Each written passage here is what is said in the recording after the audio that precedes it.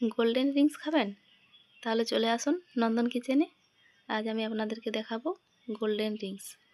তার জন্য আমার লাগছে একটা গোটা পাউরুটি। পাউরুটিটা আমি টুকরো টুকরো করে নিয়েছি। এর মধ্যে আমি দিচ্ছি একটা গোটা ডিম। ডিমটা ভেঙে এর মধ্যে মিশিয়ে দেবো।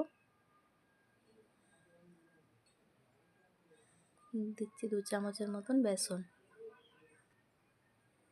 আর দেবো 2 চামচ কর্নফ্লাওয়ার। আমি ওই চামচের মাপে 4 চামচ সুজি দিয়েছি।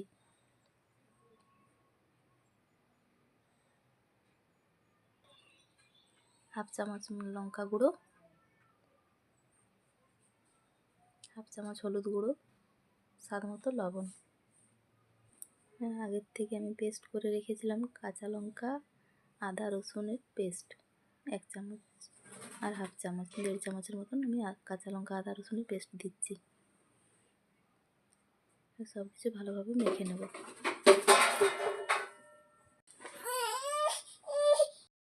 হাত দিয়ে ভালোভাবে মেখে নেব।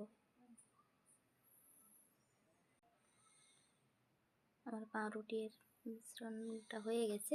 আমি এভাবে ভালো করে মেখে নিয়েছি। এরপর এগুলো রিংসের শেপে গড়ে নেব। তার জন্য আমি দুটো হাতের তালুতে তেল নিয়ে নিয়েছি। গোল গোল করে পাকিয়ে নেব। গোল গোল করে পাকিয়ে নিয়ে মাঝখানটাতে ছোট্ট একটা ছিদ্র করে দেবেন। তাহলে দেখবেন তৈরি হয়ে গেল বাড়িতেই রিংস। গোল্ডেন রিংস এভাবে বানিয়ে নেবেন। দেখুন একদম রিংসের মতো দেখাচ্ছে। দেখুন আমি আর একটা বানিয়ে দেখাচ্ছি।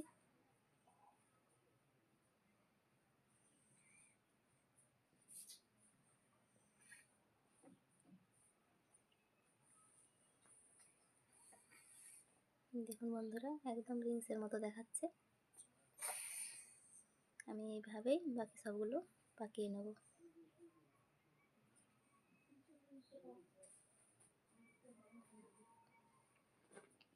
আমার সবগুলো পাকানো হয়ে গেছে। এরপরে তেল গরম করতে দিয়ে দিয়েছি। আমি তেলের মধ্যে সবগুলো এক এক করে ভাজতে দিয়ে দেবো।